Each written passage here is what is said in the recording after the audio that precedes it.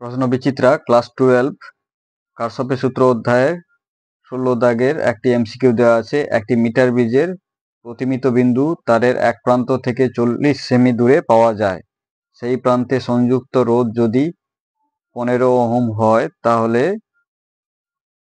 ওই প্রান্তের রোধ হবে option A 12.6 ohm, option B 51.3 ohm, option C 22.5 ohm, option D 30 ohm.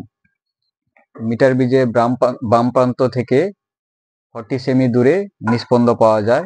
ওই প্রান্তে অর্থাৎ বাম প্রান্তে সংযুক্ত রোধ 15 ওহম, অর্থাৎ R = 15 ওহম। আমরা জানি S = 100 - L/L × R হয়।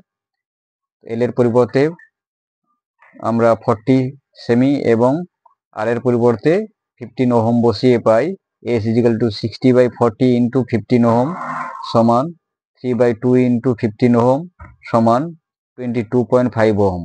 সুতরাং সঠিক উত্তরটি হবে অপশান সি।